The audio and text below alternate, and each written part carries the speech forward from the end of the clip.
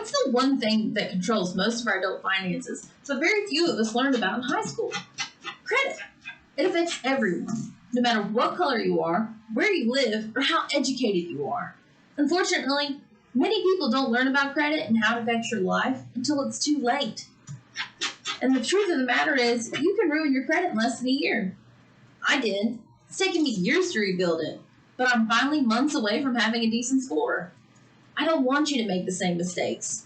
And if you have, I want you to know that there's a light at the end of the tunnel. We'll start by discussing what credit is, why it's important, and how it affects your everyday life. We'll also talk about common mistakes people make that ruin their credit. And finally, we'll be discussing ways to build and maintain your credit to offer you a better financial future. When I started planning to move into my first apartment, I thought it was going to be as simple as finding a place I could afford and deciding whether it was up to my standard of living. I had never officially applied for a place on my own before.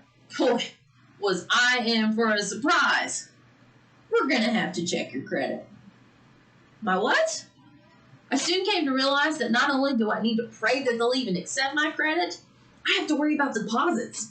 Deposits for power, deposits for water, deposits to get my internet turned on. It never seemed to end. Also, did you know that to start a cell phone contract, you need good credit? And that credit can affect your insurance premiums even if you have a spotless driving record. It turns out the subject that most adults avoid is the one thing that controls every aspect of your life after 18. Without good credit, you'll be lucky enough to get approved for a credit card that doesn't suck the soul out of you with their interest rates. And when you do get approved to buy that car or that house, your credit will likely determine the interest rates for those too. The main point here is you need good credit in this world, and you need to be careful because it's easy to screw it up. The fastest way to ruin credit is from medical bills, not making payments on time, and closed accounts. Believe it or not, medical bills can pile up fast. When I was 18, I learned that even if you don't have insurance, you can go to the ER for just about anything. They will bill you if you cannot pay on the spot. Does your serving job need a doctor's note because you've been out slowly wasting away because you've had the flu? Okay, I guess I'll go to the ER. 3 months later, you get a bill in the mail for $3,000 and you're like, I can't afford this. I'll pay it when I hit the lottery. Well, you never get rich, and the bill goes into collections and hits your credit. This is ding number 1. And because you're out for work for so long, you don't get sick days as a server. You're late on the power bill.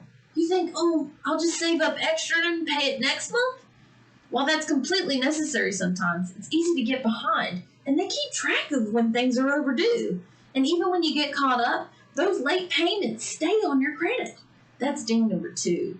Finally, you think, I'm going to be mature and sign up for a credit card. You find a company that's willing to give you a limit of $1,000 with a 36% interest rate, and you're thinking, I finally made it. You're a big shot with all this money at your fingertips. As long as you can make the minimum payments, what could go wrong? You quickly realize how much 36% is and how quickly it accumulates, and you panic, pay it off, close the card. Ding, ding, ding. Before you know it, you're 21, you haven't looked at your credit score since you applied for that apartment, you're sitting at a ghastly 432. For those who are just learning about credit, that's extremely bad. It almost takes talent to get that low, and I was indeed very talented at it. Whether you've managed to get yourself in the same predicament as me at that age, or if you simply are trying to maintain your current score, the basic rules to follow are the same. Start small if you need to by getting a budget together and make your payments on time. A second way to build and maintain your credit is by having a variety of accounts. I couldn't get approved for a decent card or a car loan, so even though I was getting financial aid, I got a small student loan that was interest-free while I was in school. I got approved for it, and it helped me build my credit history and payment history without the added stress of high interest rates. When you've got enough of those two under your belt, it's time to diversify those accounts even more by applying for some secured credit cards. You have to use it, though, for it to help.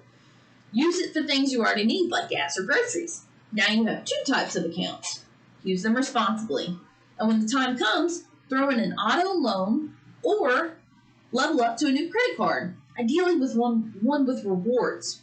Don't go crazy, though, because the third way to build and maintain your credit is to keep your utilization under 30%. Lastly, pay your debts. You can wait 7 years and bear through the constant collection calls for that $3,000 hospital bill to fall off your credit, which I do not recommend. Or you can set up a payment plan and get it resolved much quicker. Go with that one. If you haven't fallen asleep or completely zoned out, you now have the knowledge to shoot for the stars when it comes to your credit. There never was a better use of the old saying, it's about the journey, not the destination. What you're doing today will most definitely affect you tomorrow. You now know why credit is important in the first place and what can happen if you don't have good credit. From my mistakes, you have learned what not to do and how easy it is to ruin your credit. Lastly, you now have the know-how to build and maintain your credit.